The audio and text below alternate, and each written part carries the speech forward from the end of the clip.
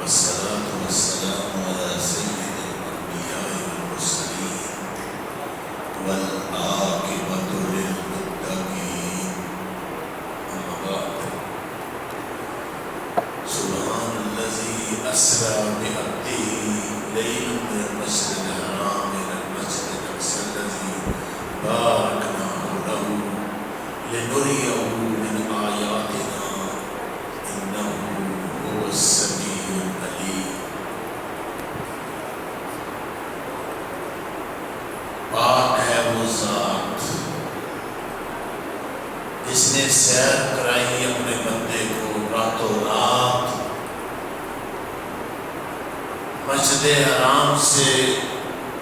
بیت اللہ سے مسجد اقصی تک الذی بارکنا حولہ، برکت دی ہم نے اس کے ارد گرد، لنریہ من آیاتنا، تاکہ ہم اپنی نشانیاں دکھائیں، انہ هو السمیع البصیر، بے شک وہ سننے والا اور دیکھنے والا ہے۔ اس ایک آیت میں اللہ احکم الحاکمین نے اتنا بڑا واقعہ، اتنا عظیم واقعہ، معراج کا واقعہ صرف ایک آیت میں بیان کر دیا، اور لفظ بھی جو پہلے استعمال کیا سبحانہ، پاک ہے وہ ذات، اس کے لیے کوئی مشکل نہیں ہے کام، وہ ہر عیب اور نقص سے پاک ہے، اور اس نے اپنے بندے کو سیر کروائی لیل، راتوں رات کے ایک حصے میں، ساری رات نہیں، رات کے ایک تھوڑے سے حصے میں، بیت اللہ سے بیت المقدس تک، یہ کتنی مسافت ہم کے ہاں بنتی تھی؟ 40 دن، لیکن رات کے ایک چھوٹے سے حصے میں اللہ احکم الحاکمین نے اپنے پیغمبر نبی رحمت جناب رسول اللہ صلی اللہ علیہ وسلم کو بیت اللہ سے اٹھایا۔ بعض آیات میں آتا ہے، بعض حدیثوں میں آتا ہے کہ اللہ کے رسول صلی اللہ علیہ وسلم حدیم میں آرام فرما رہے تھے، بعض حدیث میں آتا ہے کہ ام ہانی کے گھر میں آپ آرام فرما رہے تھے۔ اہل علم نے لکھا کہ دونوں میں کوئی تضاد نہیں ہے، بیت اللہ اور ام ہانی کا گھر ساتھ ساتھ تھے۔ ہو سکتا ہے پہلے اللہ کے پیغمبر جناب رسول اللہ صلی اللہ علیہ وسلم ام ہانی کے گھر میں تشریف فرما ہو، اور پھر آپ حدیث میں آ کر لیٹ گئے ہوں، اور کہتے ہیں کہ حضرت حمزہ بھی آپ کے ساتھ تھے، 2 فرشتے آئے، ایک نے کہا ہوا یہ وہی ہے، دوسرے نے کہا ہاں یہ وہی ہے، پھر اس کو لے چلے، تو انہوں نے مجھے اٹھایا اور وہ مجھے لے گئے۔ تو یہاں اللہ نے سبحان سے اس کو شروع کیا ہے، بیت اللہ سے بیت المقدس، اور پھر وہاں سے 7ویں آسمان تک۔ یہ معراج، اسراء کہتے ہیں بیت اللہ سے بیت المقدس تک، اور معراج کہتے ہیں آگے 7ویں آسمان تک۔ تو یہ وہ عظیم واقعہ تھا جو اللہ احکم الحاکمین نے اپنے پیغمبر جناب رسول اللہ صلی اللہ علیہ وسلم کو اس کے لیے خاص فرما دیا۔ تو فرمایا آگے ساتھ ہی وَآتَيْنَا مُوسَى الْكِتَابَ، ساتھ ہی موسیٰ علیہ السلام کا تذکرہ شروع کر دیا، تاکہ یہ بتایا جائے، کائنات کو بتایا جائے کہ اب جو سرداری ہم نے بنی اسرائیل کو دی تھی، پورے جہان پر جو فضیلت ہم نے بنی اسرائیل کو دی بنی اسرائیل سے چھین لی ہے اور جناب رسول اللہ صلی اللہ علیہ وآلہ وسلم اور امت محمد صلی اللہ علیہ وآلہ وسلم کو عطا کر دی، اور ساتھ ہی اللہ احکم الحاکمین نے اس قرآن کی عظمت کو بھی بیان کر دیا، ان ھذا القرآن یہدی للتی ہے، یہی وہ کتاب ہے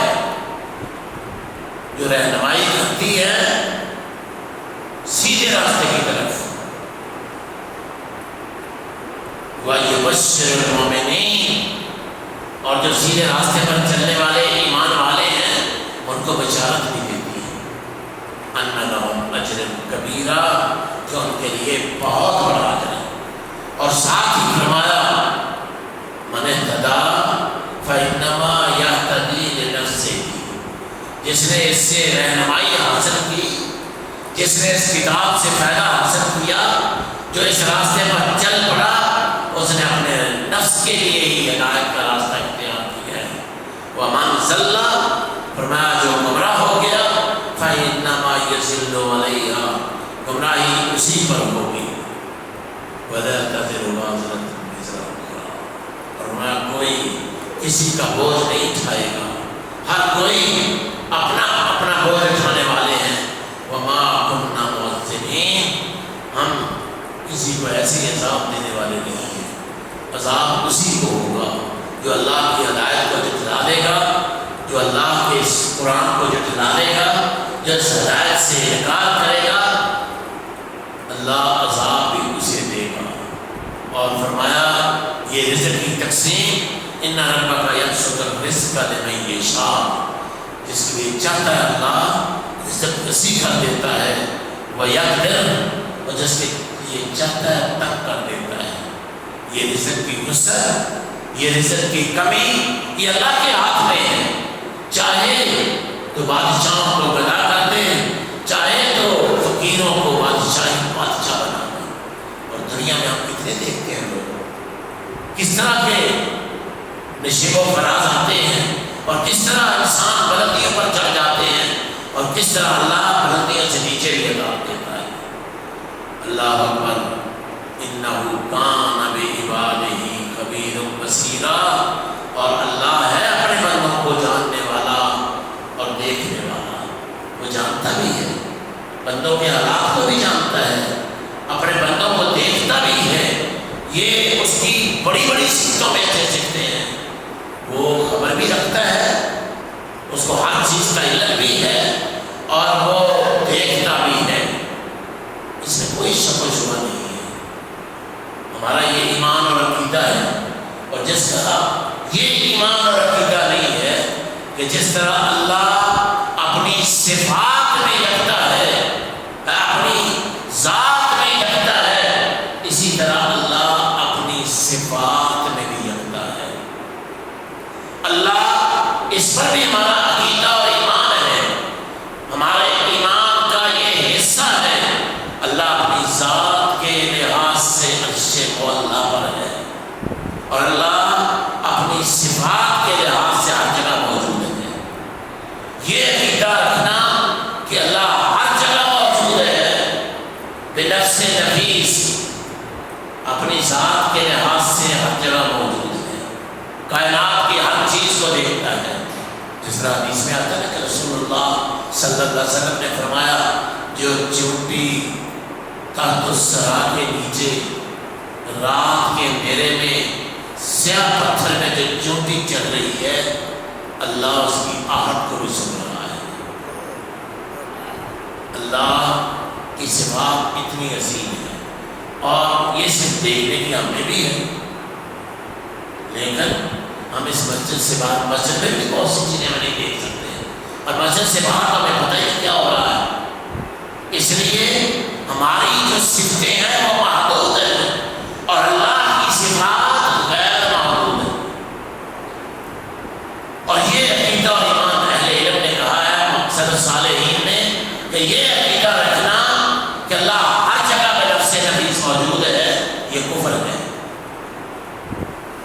یہ کفر کا عقیدہ ہے، سن لیں، یہ عقیدہ رکھنا کہ اللہ بے نفس نفیس ہر جگہ یہ حقیقت کہ اللہ اپنی صفت کے لحاظ سے ہر جگہ موجود ہے، علم کے لحاظ سے ساری کائنات سے آتا ہے، دیکھتا ہے ساری کائنات کو دیکھتا ہے، سنتا ہے ساری کائنات کی سنتا ہے، اس کی سماعت بھی غیر محدود، اس کی بصارت بھی غیر محدود، یہ ساری اس کی صفات غیر محدود ہے، اور باقی ہر کائنات کی ہر چیز کی صفات محدود ہے۔ تو فرمایا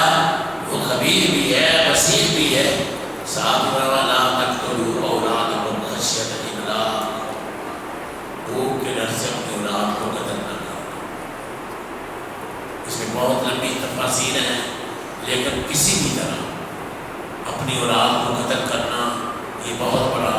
گناہ ہے۔ نحن نرزقهم وإياكم،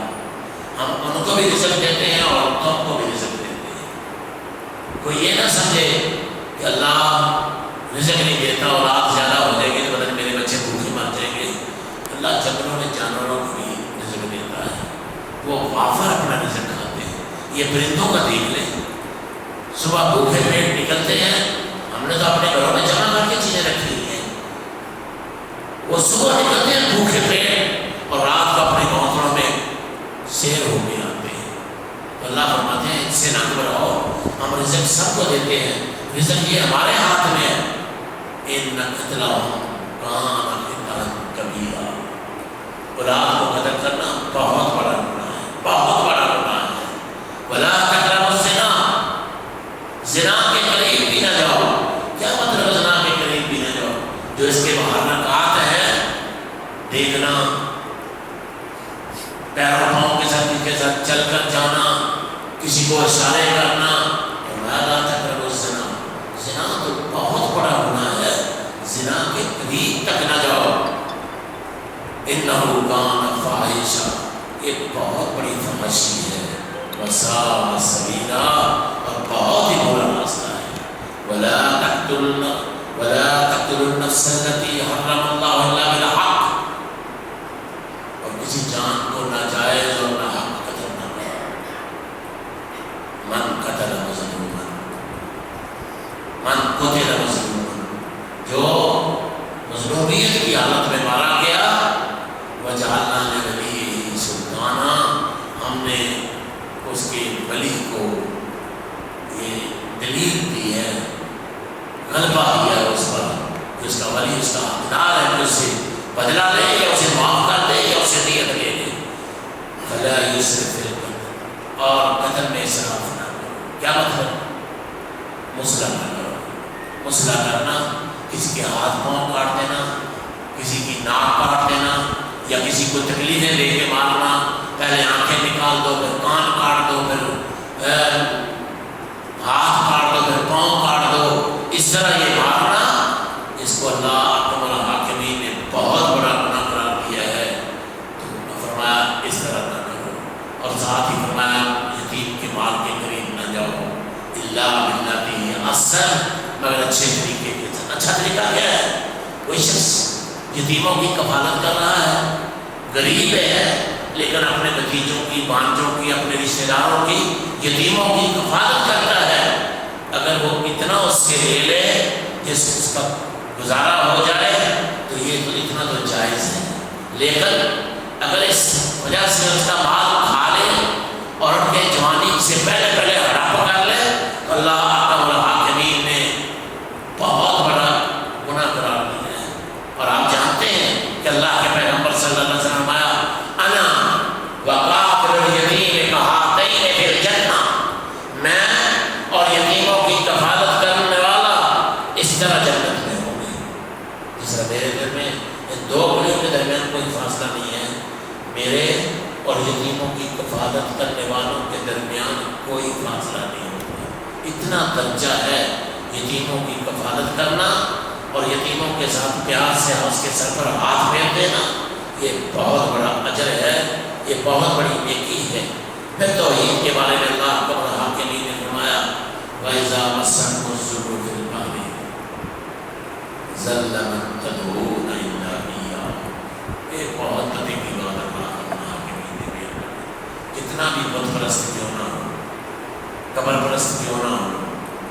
کسی غیر کی پوجا کر اللہ کی پوجا کرنے والا کیوں نہ ہو، جب اس پر مصیبت آتی ہے، جب وہ جگروں میں اور نمبروں میں پھنس جاتا ہے تو پھر سب اس کو اپنے الہ بھول جاتے ہیں، پھر کہتا اللہ کے سوا کوئی نہیں ہے۔ کہتے ہیں کہ اکرمہ مکہ سے دوڑ گیا، اس کو پتا تھا ابو جہل کا بیٹا تھا، اس کو پتا تھا کہ میرا سر قلم ہوگا، مکہ سے دوڑ گیا، سمندر پر چلا گیا، کشتی میں بیٹھ گیا، پھر طوفان آیا، کشتی ڈبروں میں پھنس گئی، تو سارے کہنے لگے اب محمد کے رب کے سوا کوئی نہیں بچا سکتا، لات منات غصہ تمہیں نہیں بچا سکتے، خالصتاً محمد رسول اللہ صلی اللہ علیہ وسلم کے رب کو پکارو اگر بچنا ہے۔ اکرمہ کہتا میرے دل میں یہ بات آئی، ساری زندگی ہم غیر اللہ کی عبادت کرتے رہے، اب اتنی بڑی مصیبت آئی ہے تو اب کہتے ہیں محمد کے رب کے سوا کوئی نہیں بچا سکتا، تو محمد کا رب سچا ہے۔ وہیں سے پلٹا، ایک شخص نے اس کی ذمہ داری بھی لے لی، ضمانت بھی لے لی کہ میں آپ کو جناب رسول اللہ صلی اللہ علیہ وسلم کے پاس لے جاتا ہوں، آپ کے لیے معافی کا طلبگار ہوتا ہوں، اللہ کے رسول آپ کو معاف کر دیں گے۔ جب وہ آیا تو اللہ کے پیغمبر جناب رسول اللہ صلی اللہ علیہ وسلم نے اسے معاف فرما دیا، اور اس کا اسلام بھی اچھا ہوا، اور پوری زندگی اسلام کے لیے لڑتا رہا۔ فرمایا من تدعون الا ایاہ، جب انہیں مصیبت پہنچتی ہے سمندروں میں تو پھر باقی اپنے معبودان عبادت کو بھول جاتے ہیں، خاص اللہ کو ہی پکارتے ہیں۔ فلما نجاکم الی البر، جب وہ اللہ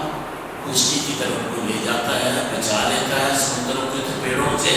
تو پھر وہ کیا کرتے ہیں؟ وکان الانسان غفورا، پھر کہتا ہے پھر باہر نکل آتے ہیں، پھر کہتے ہیں کہ لات مناظرہ ہوتا تو کوئی نہیں بچا سکتا تھا، لات مناظرہ نے بچا لیا۔ آج کے مشرقوں کا بھی یہی حال ہے، کہتے ہیں کہ ہمیں فلاں بچا لے گا اور فلاں بچا لے گا، اللہ کے سوا بچانے والا کوئی نہیں ہے، اللہ کے سوا الہ کوئی نہیں ہے، اللہ کے سوا اس کائنات میں رب کوئی نہیں ہے، وہی الہ ہے۔ اور پھر آگے سورت کہف شروع ہو گئی، جھگڑا چل رہا تھا اس زمانے میں کہ اصحاب کہف کتنے ہیں، روح کیا چیز ہے، قیامت کب آئے گی، یہ تین بڑے بڑے جھگڑے تھے، اور ان کا حل ان کے پاس کوئی نہیں تھا، کسی کو نہیں آج تک پتا کہ روح کیا ہے، کسی کو نہیں پتا آج تک کہ قیامت کب آئے گی، کسی کو نہیں پتا آج تک کہ اصحاب کہف کتنے تھے، بس اسی پر جھگڑے، اسی پر مناظرے۔ لوگوں نے کہا اگر اللہ کے پیغمبر محمد صلی اللہ علیہ وسلم جنہوں نے نبوت کا دعویٰ کیا ہے اگر وہ سچے ہیں تو ان سے یہ پوچھو جا کے وہ بتا دیں۔ تو آپ نے کیا فرمایا تھا؟ میں کل بتاؤں گا، میں کل بتاؤں گا۔ 18 دن کہیں نہیں آئی، 18 دن، ایک دو دن نہیں، 18 دن کہیں نہیں آئی، کافروں نے شور مچا دیا کہ دیکھو یہ نبی ہے، کہتا تھا میں کل بتاؤں گا، اور میرے پاس اللہ کا کلام آتا ہے، اس کو تو یہ بھی نہیں پتا۔ 18 دن کے بعد وہی آئی، آپ بڑے غمگین، آپ بڑے پریشان کہ اللہ یہ ماجرا کیا ہے، میں کیا کروں، مجھے تانے دیے جا رہے ہیں۔ اللہ نے 18 دن کے بعد فرمایا میرے پیارے پیغمبر صلی اللہ علیہ وسلم، جب بھی آپ کسی سے کہیں کہ میں کل بتاؤں گا تو یہ کہو انشاءاللہ، اگر میرے اللہ نے چاہا تو بتاؤں گا، اگر میرے اللہ نے نہ چاہا تو میں نہیں بتا سکتا۔ واضح چیزیں کہ اللہ کے سوا غیب کوئی نہیں جانتا، اللہ جو چاہے اپنے پیغمبروں کو بتا دے، چاہے تو قیامت تک کی خبریں بتا دے، چاہے تو گھر کی خبر نہ بتائے۔ اہل ایمان کا، صحابہ کا، تابعین کا، تبع تابعین کا یہی عقیدہ تھا، اور آج بھی اہل ایمان کا، مومنوں کا یہی عقیدہ ہے۔ تو پھر فرمایا اللہ نے روح اللہ کا حکم ہے، من امر ربی ہے، اصحاب کہف اللہ یہ سب تعداد ان کی جانتا ہے، اور قیامت اللہ کے ساتھ کوئی نہیں جانتا۔ مل مسعور اعلم من السائل، وہ جبریل جس سے پوچھا جا رہا ہے وہ سوال کرنے والے سے زیادہ نہیں جانتا۔ تجھے بھی علم نہیں ہے، مجھے بھی علم نہیں ہے، قیامت کا علم اللہ کے ہی پاس ہے۔ اور پھر آگے اسی صورت میں وہ تین موسیٰ علیہ السلام کا جو واقعہ ہے، تین آدمیوں کا واقعہ، بچے کو قتل کر دیا اور کشتی کو توڑ دیا اور یتیموں کی دیوار بنا دی، تو دونوں میں آپس میں جدائی ہو گئی، وہ جگہ تفصیلاً کل واقعہ آئے گا۔ کیوں یہ کیا گیا؟ پیغمبر غیب نہیں جانتے جو کچھ، اگر اللہ چاہے تو خضر علیہ السلام کو بتا دے اور اللہ چاہے تو موسیٰ کو نہ بتائے۔ حالانکہ اس پر اہل علم کا اتفاق ہے کہ موسیٰ علیہ السلام اولو العزم پیغمبر تھے